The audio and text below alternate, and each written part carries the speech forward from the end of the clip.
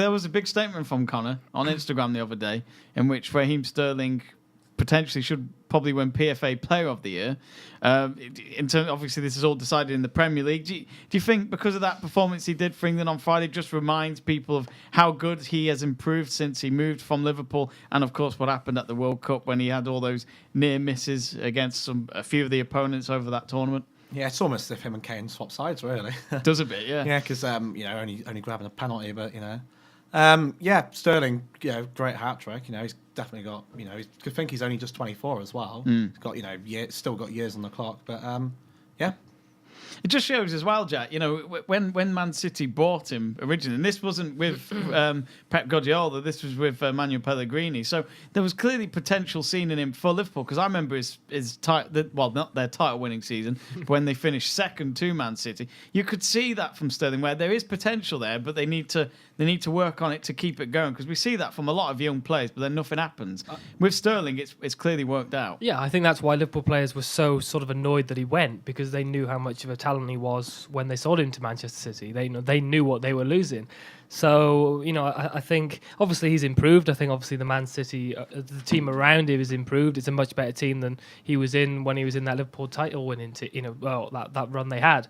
So I think obviously that's helping the manager, Pep Guardiola. Since he's come in, he's sort of nurtured him, seen him as a great talent, and has tried to push him on. You see what the likes of John Stones, Aymeric Laporte, I think has improved since he's been at Manchester City as well.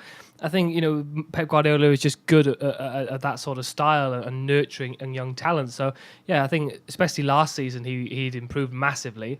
And I think he keeps doing that. And I think if he keeps improving for England, there's talk of him being a future England captain or whatever. Isn't it? I saw this morning he's one of them players between the manager. When the youngsters need to talk to somebody and they don't, if they don't want to talk to the manager, they can talk to an experienced player. And at the age of 24, he's already one of them in the squad. Yeah. So, it just shows that how much he's improved. Yeah. Tonight could potentially be Jordan Henderson's 50th cap for England. And you think how old Jordan Henderson is. Sterling's already played 48 games for England, and he's only 24. And how old is Jordan Henderson? Late 20s? He's in his late 20s, approaching 30, something like that, yeah. Says it all, doesn't it? Absolutely. And, consistency certainly gets you very far in football, in the right way, not the bad way, if you're like Eric Bailly and make tackles like no tomorrow. But overall, you believe, Conor, don't you? He should be the PFA Player of the Year. If it wasn't him, would there be anybody else like that would be even close to? Well, I think everyone thinks Virgil van Dijk. The only reason I don't think it should be Virgil van Dijk is because of what Raheem Sterling's been through over the past year. Starting off from the World Cup, where literally every single other England player would give him praise for how they performed, except for Sterling, because he was always pointed out for his misses and things like that. And then to go on throughout the year, continuing to improve from what he's done already under Pep Guardiola. He was looking to approach the same goal tally that he had last season, and we still got just over 8 games remaining in the season. So he's done a fantastic job there. He's got a great bunch of assists too. He's almost on 10 assists for the club. And also, what he's been through as well as a person this season, off the pitch and on the pitch as well, with the whole racist abuse that he received at Chelsea as well. So I think for a player like him to come through that adversity, that kind of criticism, in order to bounce back and still perform like that, I think it's something special that needs to be recognised, and I think that's why he's my Player of the Year.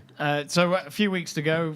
Jamie, do you agree with Conor, Sterling to get maybe PFA Player of the Year, or do you think it should be Van Dijk or another name? Well, I mean, Van Dijk's going to a side that's been expanded ever since. With Pep Guardiola's sort of style, there's always a fight to keep consistent, really, or else face dropping. Look at Mendy. But as Conor said, every single England player got praised, and because Sterling went out and got a gun tattoo, he was almost like immediately enemy of the state. See, that annoyed me. That did, because I mean, there could be a lot worse tattoos out, but it's up to him what he does in terms of tattoos. Did that at all bother you when that happened? Oh, no. He explained some fairly good reasoning behind it. Yeah. I think it's a gun that killed his dad. I feel like it was just the media and nobody else cared about what he did with the tattoo. The media just making it into nothing and to sell papers again. But absolutely bad ludicrous. People get tattoos. Put it on the paper. Yeah. Conor, you've said Sterling. Jack, would you go with Sterling as well? Absolutely no idea. Oh, I've absolutely no. I honestly don't. I mean, I think Conor's put forward a great candidate. I also think everybody's saying Virgil van Dijk, so obviously he's going to be in it. But for me, I don't know. I couldn't put anybody. well, it's definitely not Paul Pogba. I'll say that. You're not putting him in, are you? I'm just surprised you didn't say Greg Draper at all. Or Dean Henderson. Or Dean Henderson. Or maybe later.